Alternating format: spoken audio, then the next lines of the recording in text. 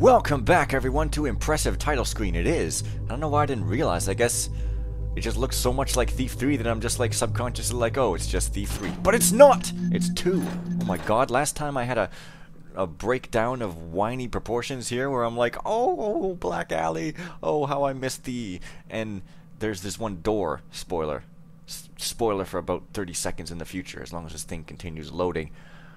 Talking over a load screen is the thing of the future. It's totally should be done all the time because talk is interesting and cheap. But just because it's cheap doesn't mean it's interesting. Just take Ed Wood movies. Okay, now, this is an actual room as opposed to, you know, a sort of made-up pretend room as it is in the third game. Thief 3, Deadly Shadows. I keep calling it the third game. Oi, frog beast eggs.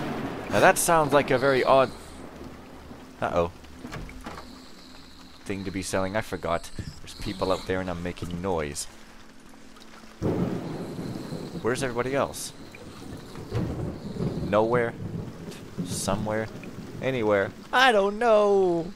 But now they're all lined up badly and I'm gonna have to get around them and it's gonna be impossible.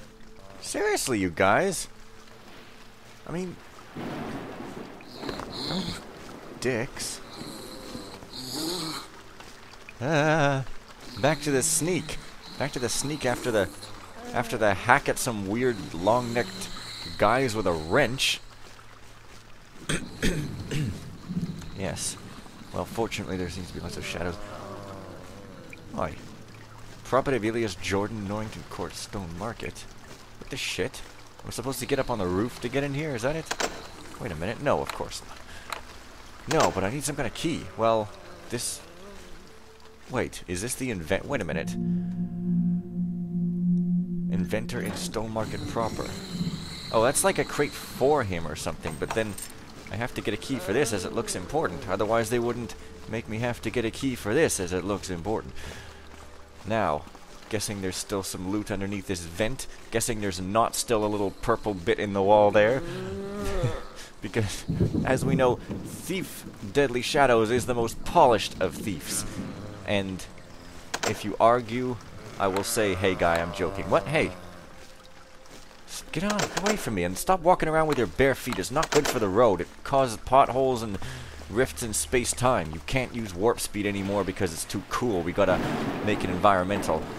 That is like 20 years old, and I'm still complaining about it. Oh man. Okay, so I've got a few objectives here. You guys are kind of dumb and annoying and... Uh-oh. I don't really care about dodging you that much because, as I said, you're kind of dumb and annoying and there's a lot of you and, you know, it's my own fault, but nevertheless. What was that? That looked like special lightning. Wow. Awesome. By awesome, you mean cruel. Okay. Oh, shut up. Gag yourself. What's this? 41 volts. What have I got? There must be a way to get through the docks. I should try to locate this inventor in Stone Market proper. Okay, I don't want to go rescue Basso yet. You're supposed to do that last. Okay. To reach Stone Market, I'll need to disable the power. Right. Can't get in through this gate. Can't even pick the lock. What? Man, those flashes should be killing those zombies. I tell you what, zombies hate bright light. And if you ask me, flashes should disable them. Also, I can't get to anywhere because of that friggin' gate with Stone Market that's being blocked. I guess I need something with a lot of juice in it. Electricity, if you will. There's some kind of rock in there, but I can't seem to pick it up. Oh, there we go. Interesting. Requiring the old lean forward trick. Oh. Oh, you guys. You're so silly. Alright, get over here, zombie man. Get over here.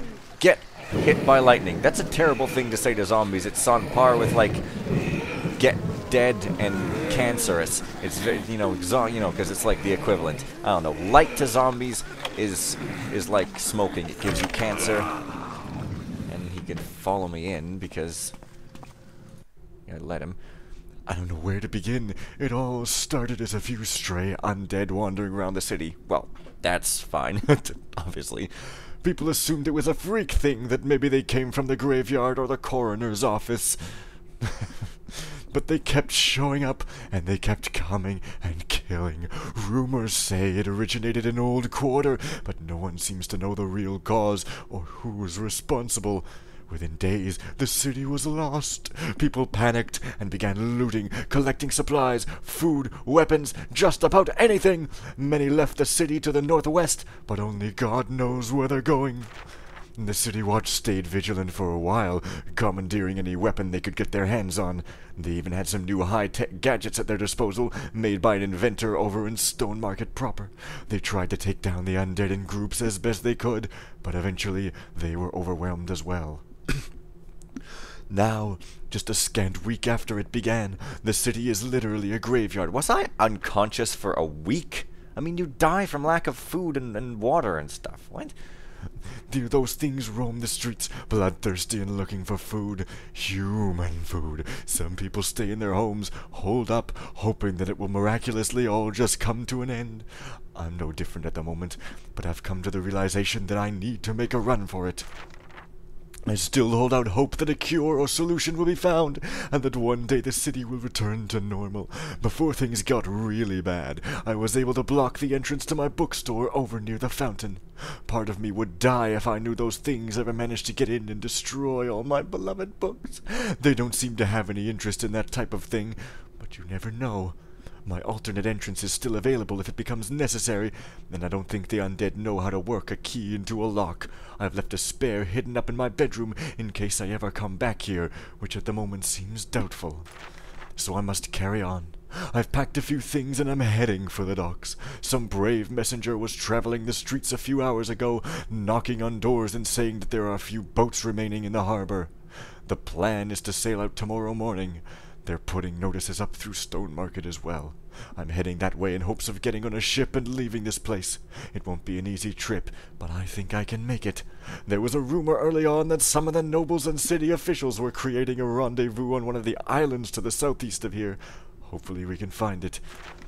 If we do make it, maybe whatever small band is convened there can organize, come up with a plan, and start over. Maybe create a new way of life elsewhere. I don't think there's any hope for this place, and I don't plan on ever returning. Okay. What? Looks like I need to get out of the city fast. By boat seems to be the best way. No clue how to navigate a ship there, buddy. I need to find some info on how to do that. Discover the location of the rendezvous. Gathering food would be smart. 1 item per day for 2 weeks is good. 3 even better. Oh, so I need to put it in my food bag, eh? Some traveling money might come in handy. 2,500 should suffice. Okay, wow. That's a lot of objectives, and that zombie didn't come through the door, for which I'm quite grateful. Oh, hey, it's my first bit of little food. Great, and I can't accidentally chomp on it either. What was that? Knowing in shadows, living in a lunar spell, he finds his heaven, spewing from the mouth of hell.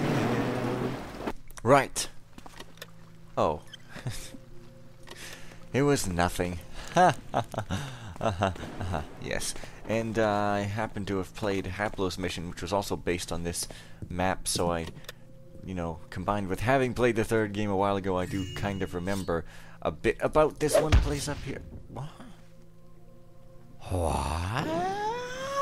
You have to get up to it through the ropish way? Well, fair enough. 10 is 10. I don't know why you'd think it would be anything else. Man. I guess there's a key. No, there's coins. There's a key up in his bedroom. Presumably in this building. Presumably.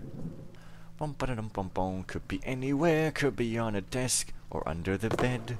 Or behind a chair. Or maybe it even said specifically and I just forgot.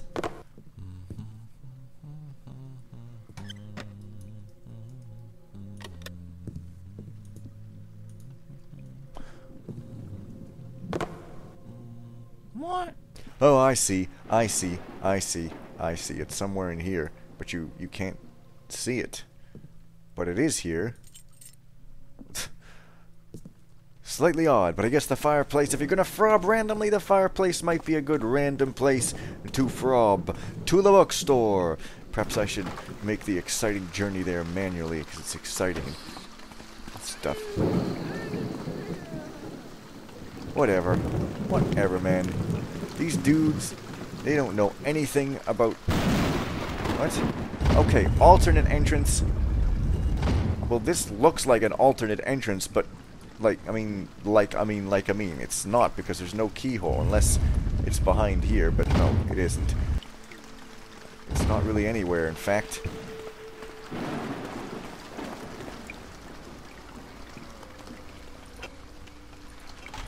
Alternate. Huh. Using keys in the wrong places. Maybe he means up here? Well, no. No, because no, but maybe he means on the roof. I mean, I don't know. Oh, hey, there's some bread from my bag. Uh-oh. You guys are crazy, and there's going to be more action in this LP by just running around and stuff.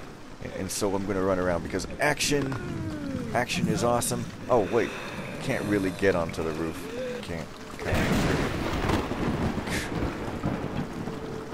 Man, I think when the lightning flashes, they do actually go and stumble around like that. Okay.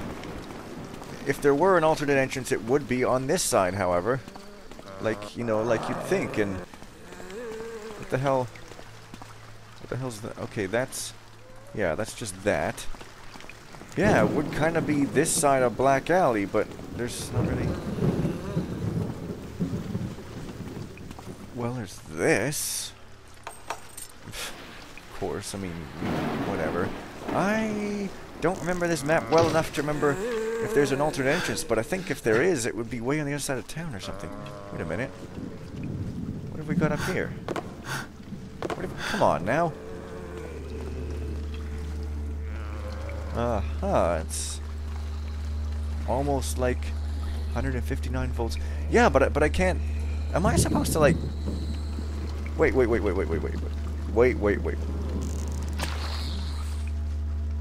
You'd almost think I'm supposed to connect these in some way.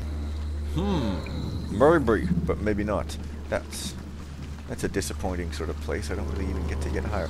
And I'm not supposed to even get up high anyways. He's like, oh, the mission's gonna crash because of, you know, poly errors and stuff. But, yeah.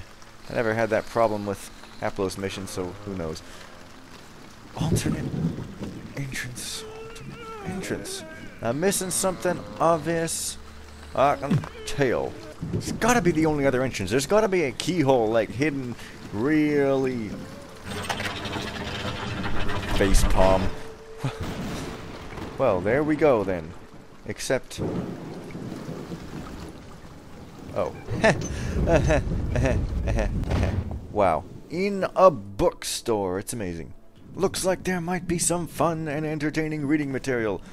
Demolition techniques for any scenario? Okay. Also, this chair is moderately in the way. It's just kind of... City power grid demystified. I don't know.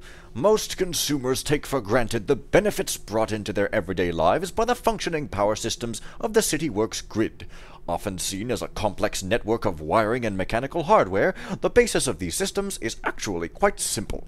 Over the next couple of pages, their basic setup, uses, and abilities will be summarized on a base level so that the public may understand the way they work and function, which is kind of the same word.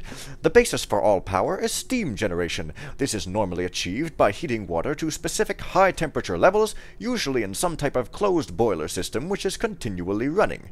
The heat from these boiler systems is then transferred to a steam turbine via a heat exchanger. The exchanger creates steam, and the steam is then fed into banks of turbines, which run in large groups. As this steam is fed into the turbines, the steam forces the blades of the generators to spin at high speed, generating mechanical energy. This mechanical energy is then converted into electricity, the same kind which is used to power many of the items you see every day, such as lights and security systems.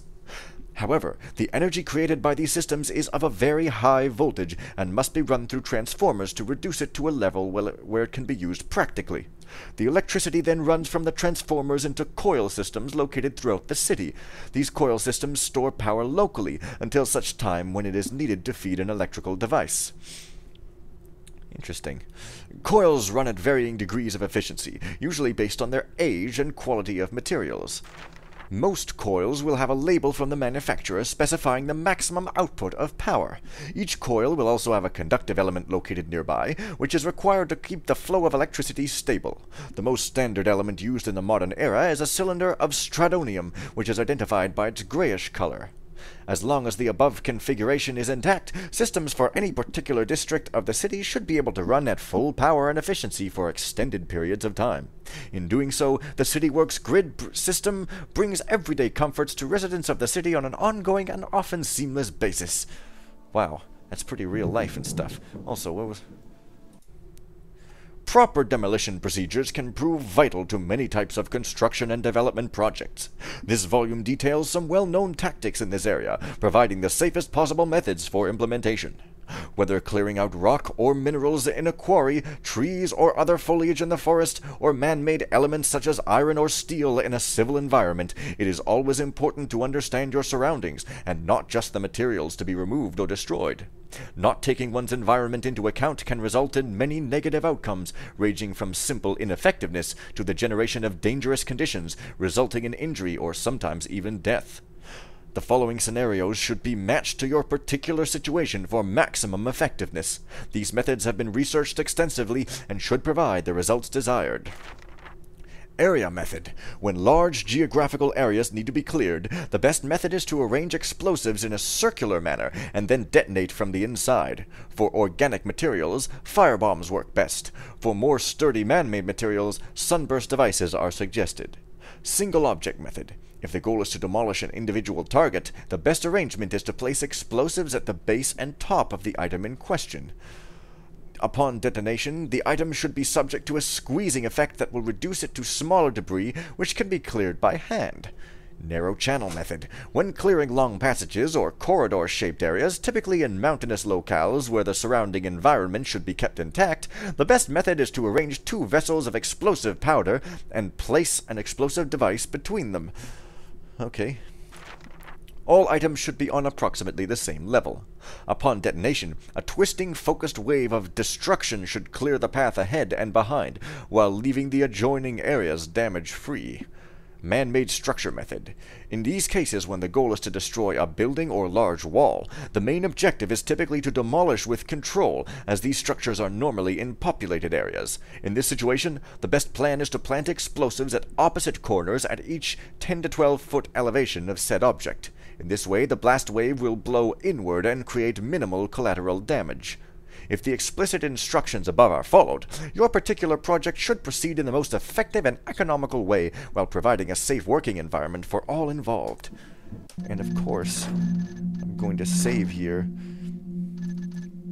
because I'm obviously going to have to read these later. Probably. Eden, I put that book you ordered in the usual place in your inbox. Can we please try to be a bit more subtle when we order these types of things? I'd love to see that. Oh, that looks like an inbox. Damn it. It's just like an employee mail.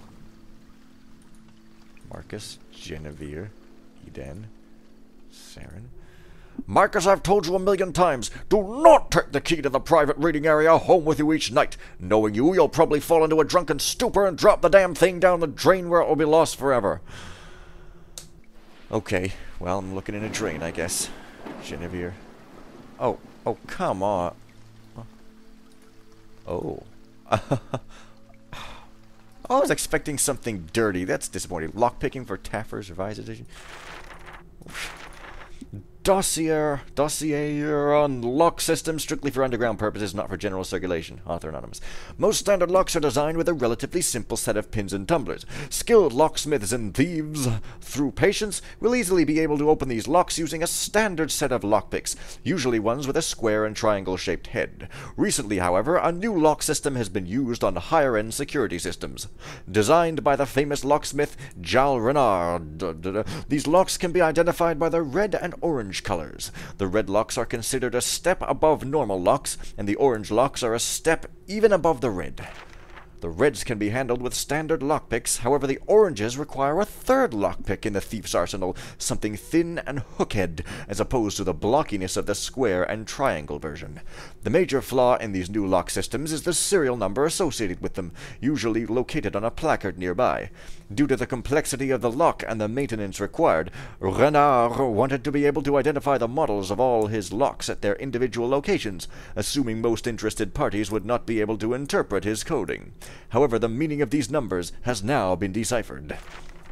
The key to the serials is the last 3 numbers of their sequence. The numbers previous to that are irrelevant. Their meaning is as follows in order of operation. Last digit identifies the sequence of the tumblers. See the list of sequences on the following page. Second last digit. This digit indicates whether the correct sequence, listed on the following page, should be performed forward or reverse. 5 is forward, 6 is reverse. Third last digit identifies the first tumbler used, which directly relates to a specific standard lockpick. 1 is square, 2 is triangle. Lock sequences A, B, C, and D. I see. Interesting. Notes of interest. X and Y may refer to either of the 2 standard lockpicks, square and triangle, but their values are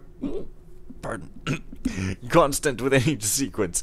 Unlike standard locks, when an incorrect pick is executed, the lock will reset itself 80% of the time, and the process will need to be restarted. Okay, 80%.